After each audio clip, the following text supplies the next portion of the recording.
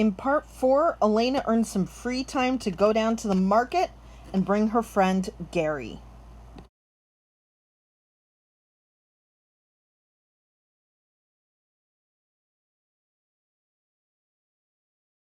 Gary had to laugh at Alanna's wide eyes as they walked through the city's marketplace.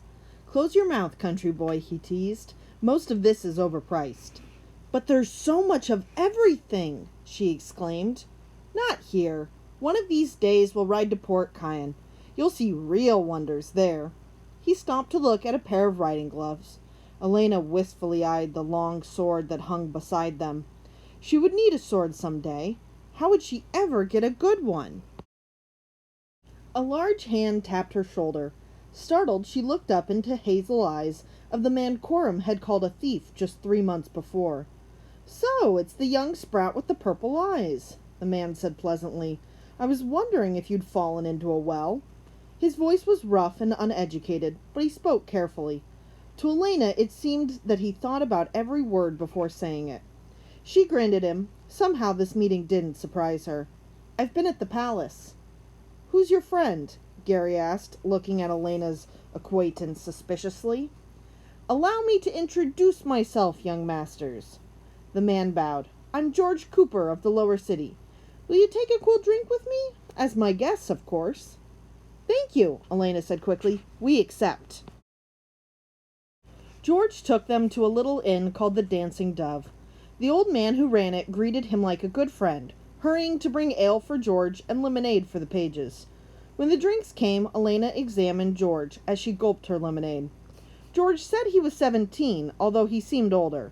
His nose was too big for good looks, but when he smiled, he appeared handsome. He wore his brown hair cut short, like other commoners. Alanna felt something powerful about him, something almost royal. She also felt a very strong liking for him. "You shouldn't be surprised at my looking you up," he told Alanna. "Truth to tell, I like your looks. We don't see many with eyes like yours, you being from the country. You don't look it now, but you did then. I thought you'd like to be knowing someone in the city." "Do you always make friends on such short notice?" Gary asked sharply. George looked at him a moment. "I trust my instincts, young master. In my line of work, you learn quick to trust your instincts." "What is it you do, George?" Alanna wanted to know. George winked at her. "I buy and I sell." "You're a thief," Gary said flatly. "Thief is a harsh word, Master Gareth." He looked at the big youth. "Why would you be thinking than I am? You've still got your purse and what's in it, or you had better." Gary checked and admitted, "I still have my purse." "But why do you want to make friends with us? If you think we'll help you in the palace, you're wrong. Don't you know who I am?" George met Gary's eyes, and in them saw clearly a great intelligence. One could sense that the boy had made enemies with his sharp mind and sharper tongue. George read some of this, then relaxed. "I know well you're Gareth of Nax and the Duke's son. I didn't look you up for professional reasons. Truth to tell, were you not with Alan, I wouldn't have put myself in your way. We're not fond of nobles here." His smile twisted. "But I've the gift. It helps me see more clearly than most. I knew I must meet Master Alan. In fact, I've kept a close eye on him these 3 months. I don't ignore my gift when it calls me." Gary shrugged. "I don't know much about magic, but that makes sense. Still, what can Alan do for you? He's just a little guy." Gary grinned an apology to Alanna, who shrugged. She was getting used to such remarks. "And unless I miss my guess, you're the man the Lord Provost would most love to get his hands on."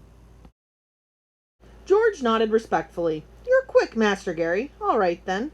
I'm what they call the king of the thieves, the master of the court of the rogue. The court of the rogue," he explained to Alanna, "is all of us who make our living by our wits. It's ruled by a king, me right now. Sometimes he's just called the rogue. But mastery don't last very long here. Who knows when some young buck will do for me what I did for the king before me, just 6 months back. I'll need friends when that comes." He shrugged. "Still, it won't happen soon. Till then, why look a gift thief in the mouth? I can be a good friend to those who keep faith with me." Gary looked him over, then nodded. "I like you, for all you're a thief." George laughed. "And I like you, Gary, for all you're noble. Friends, then?" "Friends," Gary said firmly. They shook hands across the table. "And you, Alan?" George asked. Alanna had been watching and thinking, none of her thoughts clear on her small face. With his magic, would George know her secret? Then she remembered what Maud had taught her. Having the gift instantly shielded you from the magic vision of someone else with the gift. For the moment, George wouldn't be able to guess her secret.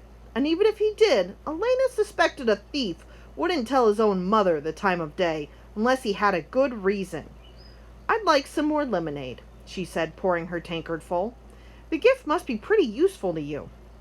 "It's gotten me out of more than one tight place," George admitted. "It helps me keep tabs on my rogues. So maybe I'll last longer than the king before me." He drained his own tankard and set it down. "You need never worry about your pockets or those of the friends you bring here. But be careful who you bring. One word from them and my Lord Provost gets my head for certain." "We'll be careful," Gary promised. "Don't worry about Alan. He keeps his mouth shut." George grinned. "As I can see, few sprouts, even one sealed to the rogue, could listen to all this and say nothing. Well, you'd best be getting back. If you need anything, send word through Stefan. He works in the palace stables. You'll find me here most of the time, and if not, ask old Solem." He jerked his thumb at the innkeeper. "He'll fetch me quick enough." Alanna rose. She and Gary shook hands with their new friend. "You'll be seeing us then," she promised. "Good day to you." The two pages strolled out into the street. The king of the thieves watched them go, smiling. Several weeks later, Duke Gareth called Alanna out of her mathematics class. Confused, she went to meet him. He handed her a letter. "Can you explain this?" Alanna scanned the much blotted parchment. It was from her father. The letter was short, saying only that he trusted Thom would continue to do well. Luckily, she had her story planned. Looking up, she shrugged, her face a little sad. "He forgets, you see. I don't think he's ever been able to tell my brother and I."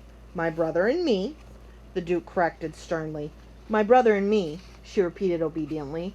"Apart." She crossed her fingers behind her back and tried to guess.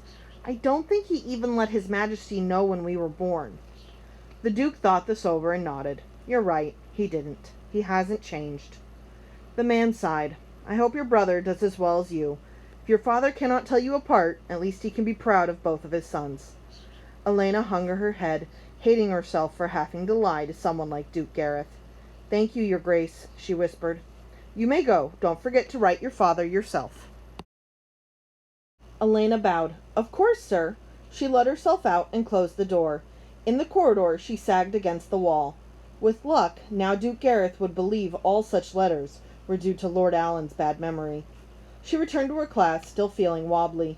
There were real advantages to having a father who didn't care what she did. But if the advantages were so wonderful, why did she feel like crying?